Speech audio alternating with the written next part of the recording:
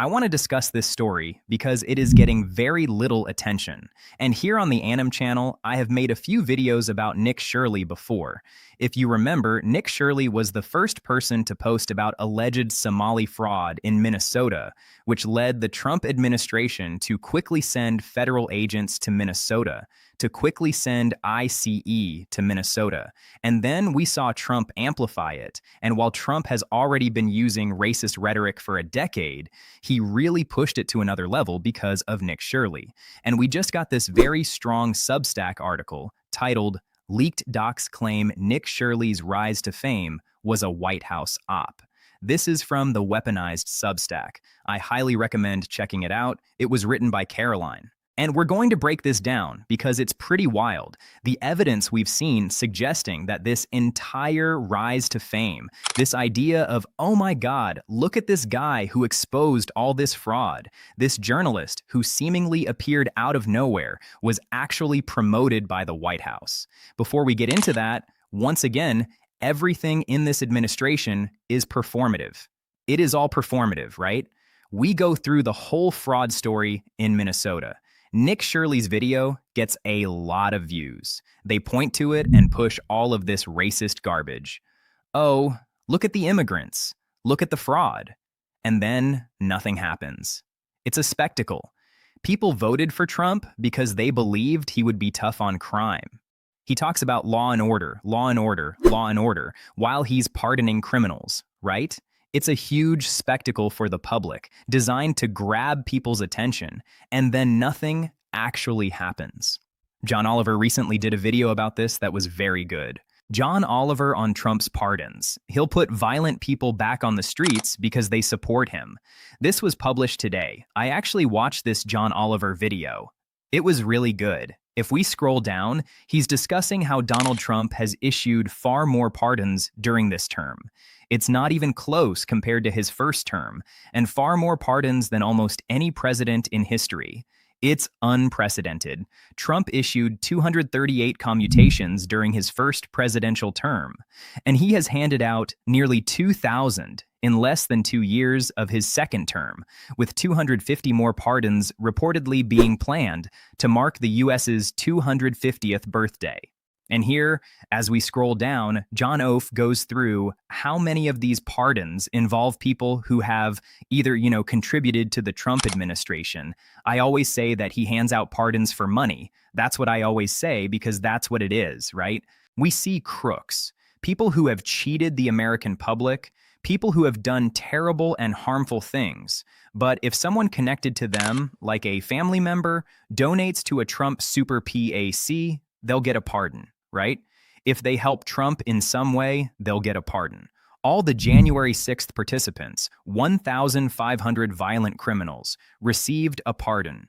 Quote, legal experts say no president has begun a term with so many pardons that break long-standing policies and norms.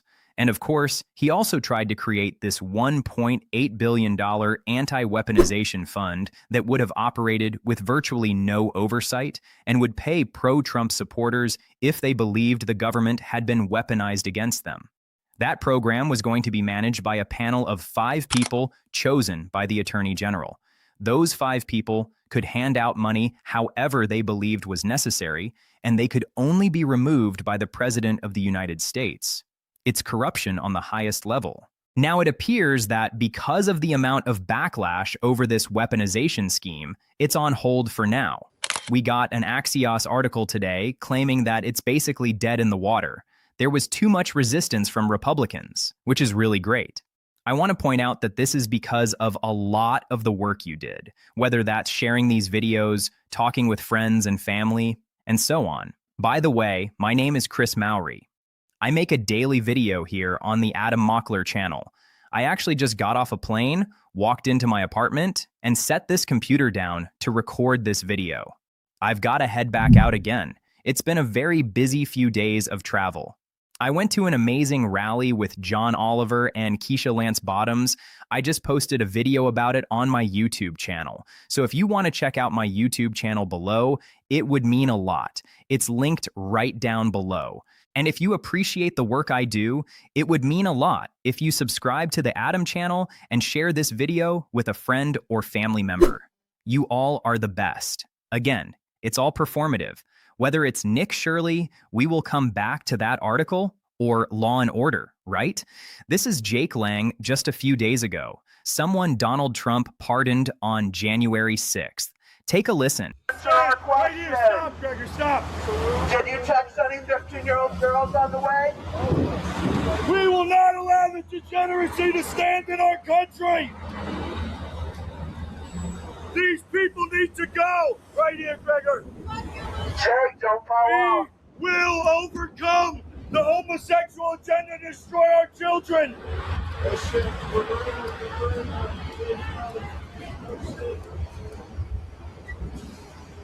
Don't do it. Come on, man. Don't do it. Oh, Jay, come on, man. Jay, have you legally touched the vagina in your life?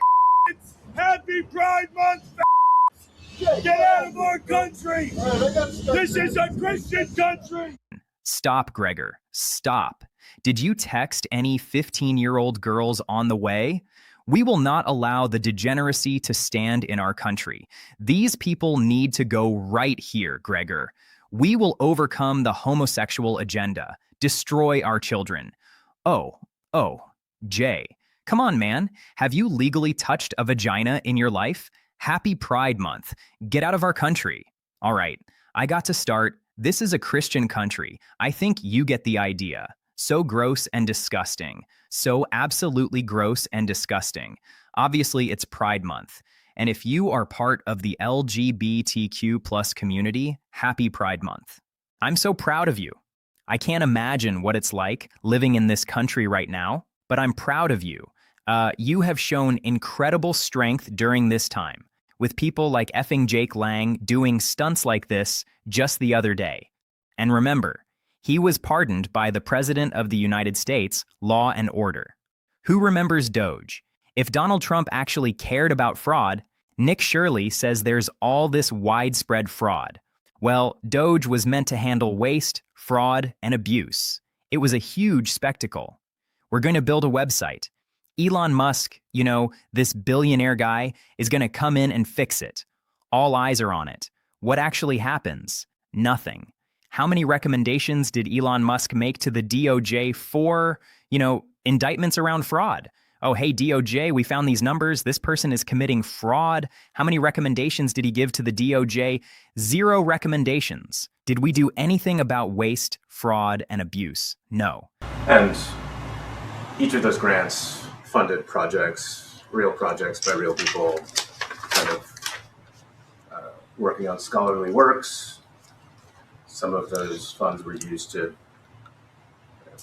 pay for housing and to generally further their work. Now those funds are gone. Does that make you feel anything in particular? Objection. No. Okay. You don't regret that people might have lost important income to No. support their lives? Objection. No. I think it was more important to reduce the federal deficit from $2 trillion to close to 0. Right. Did you reduce the federal deficit? No, we didn't. You did. No, I don't believe we did. Okay. And each of those grants supported projects, real projects done by real people kind of working on academic research. Some of those funds were used for housing and to generally, support their work. Now those funds are gone. Does that make you feel anything in particular? Well, Jackson, no. Okay. You don't regret that people may have lost important income to support their lives? No. I think it was more important to bring the federal deficit from $2 trillion down to nearly 0. Did you reduce the federal deficit? No, we didn't. You did? No, I don't think we did. Okay, exactly. They did not reduce the federal deficit. The deficit is going to rise sharply under this administration. So again, it's all just a spectacle. And lastly, it also connects to the ICE raids we saw, right? They take cameras everywhere. They do it in a very cruel way. They are loading people into vans and throwing them into vans. It's all just a spectacle for this administration. Let's go through this article. According to a new set of leaked documents, the rise of YouTube creator Nick Shirley can be traced directly to the Trump White House, which allegedly coordinated the whole thing with a pro-Trump think tank. In case you missed it, Shirley posted a video in December claiming he uncovered more than $100 million in fraudulent activity within the Somali community in Minnesota. The video went massively viral, largely thanks to prominent Trump administration members and right-wing influencers who shared it on social media and kept it in the headlines for weeks. Before long, Shirley was cited by name in an official White House announcement about creating a new fraud enforcement division within the DOJ and invited to testify before Congress. But newly leaked documents raised doubts about the official story behind Shirley's rise to fame. According to claims in the documents, the White House may have been quietly shaping the narrative before the public even knew there was one. Quote, "They don't want it to look like it's coming from the White House." The documents, which I covered this week, allegedly show a coordinated effort by the White House to pass pro-administration messages and talking points through what appear to be independent voices, using a third party as a middle step to hide White House involvement. In the documents, the third party, an organization called Vine and Fig Tree, VFT, talks about writing scripts to create AI videos on behalf of the White House. According to former One America News Network reporter Gabrielle, who shared screenshots of the documents on Twitter, VFT contacted her and asked for help writing scripts for AI videos, telling her, quote, "Yeah, we had to do this on behalf of them because they don't want it to look like it's actually coming from the White House. You know what I mean?" Quote, "I mean, it worked out well for them and Nick Shirley. Well, then, if proven to be true, the leaked documents would point to something extraordinary.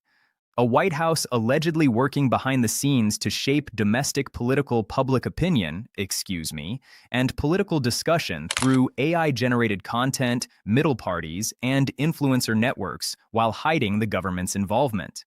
At minimum, that would raise serious constitutional and democratic questions about state power and whether citizens were exposed to undisclosed government influence inside the domestic information space. And so, if we scroll down, this shows that the White House has not confirmed or denied this information. I've made videos about Ashley Sinclair. She has said there are all these, group chats set up on Twitter. We've seen screenshots of them where the administration can share their talking points, and many right-wing figures are retweeting and posting about it. And if we look at the evidence of coordination, part specifically, this is very interesting. Looking closely at the rise of Nick Shirley, there are some strong signs that something unnatural may have been happening. To begin with, in the months before releasing his video on fraud in Somali daycare centers, Shirley appeared at both the White House, where he gave a face-to-face briefing to the president, and Mar-a-Lago, where he was given a Citizen Journalism Award at a gala hosted by James O'Keefe. The following month, he released a Somali daycare fraud video. And right after that, prominent Republicans and several members of the Trump administration, including Vice President J.D. Vance, began sharing the content and using it to push their own agenda and criticize their political rivals, especially those in Minnesota. Elon Musk also boosted Shirley, tweeting many times about the video. Within 2 weeks, it reached 3 million views on YouTube and 135 million views on Twitter. And clearly, the backlash also followed. They sent agents into Minnesota, the FBI, the DHS, the HHS, and that was much of what we saw as well, with protests understandably increasing because more federal agents were being deployed into Minnesota and chaos breaking out due to the actions of the federal government. Shirley even took credit for taking down Tim Walz when Tim Walz announced he was ending his re-election campaign, tweeting, quote, "I ended Tim Walz." There's more, though. I wrote about Shirley's video. Again, this Substack, I wrote about Shirley's video, focusing on the misleading tax methods he used and why they worked. After I published my article, I had a series of unusual and still unexplained experiences directly tied to the piece I wrote.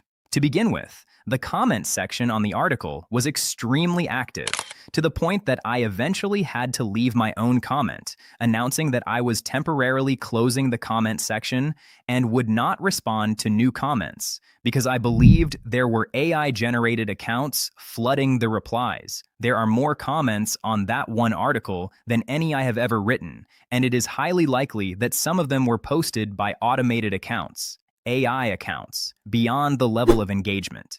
The discourse included many repeated talking points that seemed inauthentic in origin. For example, anyone who questioned Shirley's video or raised concerns about his methods would quickly be flooded with replies asking why they support fraud, even though no one said that.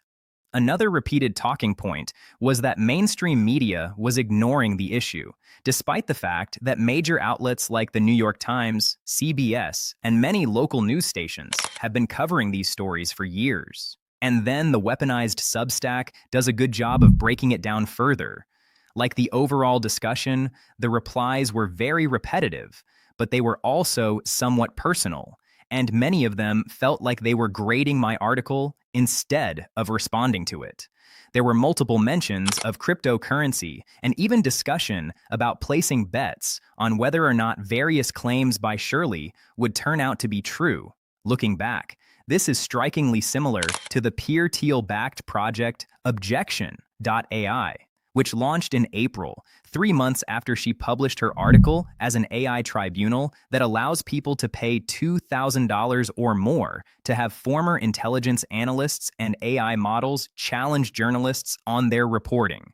Other comments focused on my education and degrees, etc., etc., etc. She then goes on to explain that several reporters contacted her to discuss her article, and even that felt strange because it seemed like they were trying to push those questions on her to make it very partisan. Do you support or not support Nick Shirley? It almost felt like she could not escape the feeling that everyone else had a script, but she did not, and that all these people were kind of like it was all manufactured in a way.